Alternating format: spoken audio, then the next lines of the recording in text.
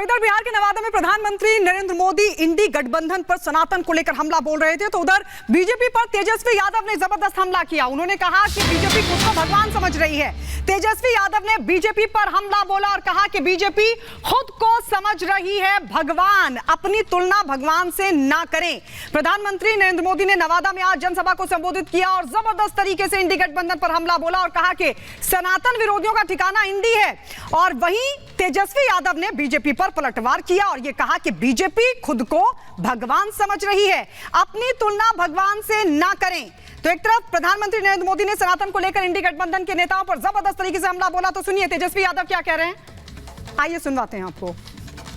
जितना भाजपा के नेता अपने आप को भगवान समझ रहा है, क्या उनका विरोध कर रहे हैं तो भगवान का विरोध हुआ? तो भाजपा के लोग अपना तुलना जो है भगवान से ना करें। भगवान सब देख रहा है और सबको वहीं जाना है। भगवान फिर न्याय जब करेंगे तो इन लोगों को बुझा जाएगा। अपने आप को भगवान से तुलना ना करें। तेजस्वी जी आपको बता दें, रिपब्लिक भारत से शांभवी चौधरी क्या कुछ बोली। वो कहती है रिकॉर्ड अंतर से जीत होगी, प्रधानमंत्री के नेतृत्व में लगातार काम हो रहा है, आगे बढ़ रहे हैं। बड़ी खबर ये आपको बता रहे, शांभवी चौधरी ने कहा नीतीश जी का साथ मिल रहा है, पीएम मोदी के नेतृत्व में काम हो रहा है, जनता के लिए काम करना है और लगातार जनता की सेवा में जुटे रहेंगे। रिकॉर्ड अंतर से जीत होगी। रिपब्लिक भारत से शांभवी चौधरी ने ये बड़ी बातें कही हैं, आपको सुनवाएंगे शांभवी चौधरी ने क्या कुछ कहा।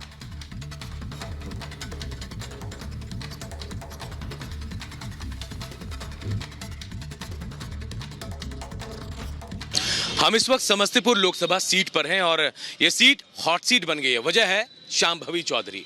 शांभवी चौधरी वजह क्या हुआ ये भी आपको बता देते हैं। बेटी अशोक चौधरी के जेडीयू के कैबिनेट मंत्री हैं और टिकट इनको एलजेपी यानी चिराग पासवान की पार्टी से मिला है। शांभवी हमारे साथ है, प्रचार के लिए निकल रहे हैं। शांभवी, ये को सीक्वेंस नहीं है, पापा जेडीयू में मिनिस्टर, टिकट मिल रहा है चिराग की तरफ से और मोदी जी का सपोर्ट भी है।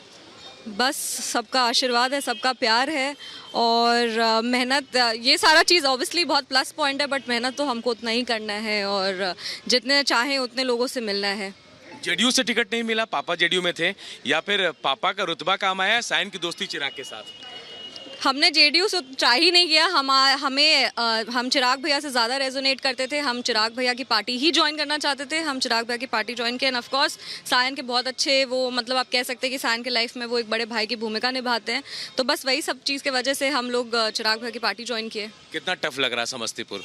दिल्ली में पढ़ी लिखी, फिर पटना आई, फिर यहाँ पीएचडी आप परस्यू भी कर रही हैं, द इकोनॉमिक्स जो स्कूल है वहाँ से पढ़ी आप पोस्ट ग्रेजुएशन, फिर लेडी श्री राम कॉलेज। दिल्ली की धूप और सर्दी और यहाँ का आप रोड पे जा रहे धूल खा रही हैं। बिल्कुल देखिए, हर चुनाव का अपना चुनौती होता है, हर चुनाव में उतना ही मेहनत करना पड़ता है। कोई ऐसा नहीं होता है कि चुनाव में उतरते और चुनाव जीत जाता है।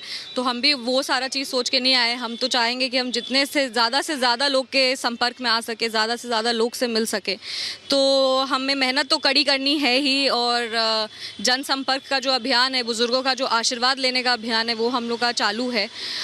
जहाँ तक रही बात दिल्ली से पटना आने की, तो दिल्ली से बिहार आने की, तो पटना तो हम 2 साल पहले ही आ गए थे और ये नोशन पूरा गलत है कि हम दिल्ली में रहते हैं। हम बिहार की बेटी हैं, बिहार में ही रहते हैं और 2 साल से बिहार में ही रह रहे हैं। दिल्ली पढ़ाई करने गए थे, वापस बिहार की सेवा करने के लिए आए हैं और जो गर्मी है, जो ये जहां हमारी जनता रहेगी हम भी वहीं रहेंगे। जी को रिकॉर्ड वोटों से जिताएंगे। साथियों, ये चुनाव सिर्फ एक सांसद चुनने का चुनाव नहीं है, ये सशक्त भारत के लिए एक सशक्त सरकार बनाने का चुनाव है। जितनी मजबूत, ताकतवर, मजबूत केंद्र सरकार होगी, उतना मजबूत दुनिया का भारत पर भरोसा होगा। फिर उतना ही अधिक निवेश यहां आएगा, फैक्ट्रियां लगेगी, विदेशी टूरिस्ट आएंगे।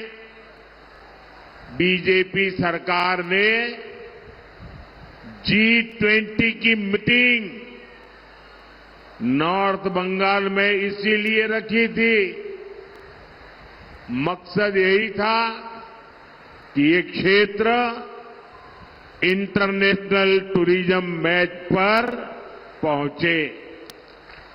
आज केंद्र सरकार यहां चौड़ी सड़कें बना रही है, रेल कनेक्टिविटी बेहतर कर रही है, Dhupguri Jalpaiguri road, NJP station को आधुनिक बनाने के लिए भी तेजी से काम चल रहा है। ऐसे ही प्रयासों से नई नौकरियां, नए अवसर बनेंगे, हर परिवार का जीवन बेहतर होगा। सबको साथ लेकर, सबका विश्वास जीतकर सबका विकास करना ही तो भाजपा का लक्ष्य है। यही तो विकसित भारत का संकल्प है। एटाई तो विकसित भारतेर संकल्पो। और इस संकल्प के लिए आज हर भारतीय पूरी शक्ति से प्रयास कर रहा है। यहां जो लोग हैं, मेरी उनसे प्रार्थना है कि मैदान छोटा पड़ गया है। मैं जानता हूं आप मुझे देख नहीं पा रहे हैं, लेकिन आपके आशीर्वाद मुझे मिल रहे हैं, आपका प्यार मुझे मिल रहा है, और ये उत्साह, उमंग, शायद ऐसी सभा, इतना विराट दृश्य, ये तो बहुत बड़े आशीर्वाद है आपके। साथियों, विकसित भारत के सपने को पूरा करने के लिए मेरा भी हर पल, हर क्षण देश के लिए है। और इसलिए 24/7 मैं 2047 के लिए काम कर रहा हूं। 24/7 फॉर 2047, ये हम सबका संकल्प है।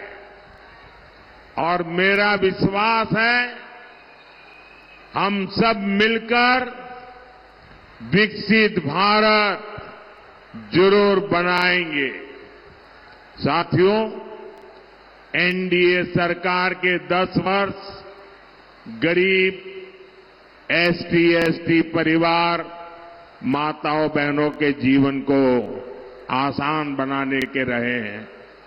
आप याद कीजिए, जिन करोड़ों गरीबों के पास बिजली, पानी, गैस कनेक्शन नहीं था, उसमें बड़ी संख्या में हमारे SC/ST परिवार थे। शौचालय ना होने से हमारे SC/ST समाज की महिलाओं को सबसे ज्यादा परेशानी होती थी। सरकार की योजनाओं में भ्रष्टाचार का सबसे बड़ा नुकसान SC/ST परिवारों को उठाना पड़ता था। साथियों, आपने मुझे आशीर्वाद दिया और मैंने हालात बदलने का संकल्प लिया। हमने वंचितों को वरीयता दी। 2014 में बीजेपी सरकार बनी तो हमने एक दलित राष्ट्रपति देश को दिए। 2019 में बीजेपी सरकार बनी तो देश को पहली महिला आदिवासी राष्ट्रपति मिली। मुफ्त राशन और मुफ्त इलाज की योजना के अधिकांश लाभार्थी एससी एसटी वर्ग के ही परिवार है। अधिकांश एससी एसटी परिवारों को पहली बार पक्के घर मिले, पहली बार टॉयलेट, बिजली, पानी और गैस का कनेक्शन मिले। बीजेपी ने आदिवासी मंत्रालय का बजट कई गुना बढ़ाया। हमने आदिवासी परिवारों को 23 लाख से अधिक पट्टे दिए।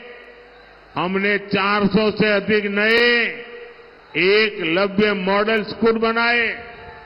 साथियों, 10 वर्षों में 25 करोड़ देशवासी गरीबी से बाहर निकले हैं। हमारी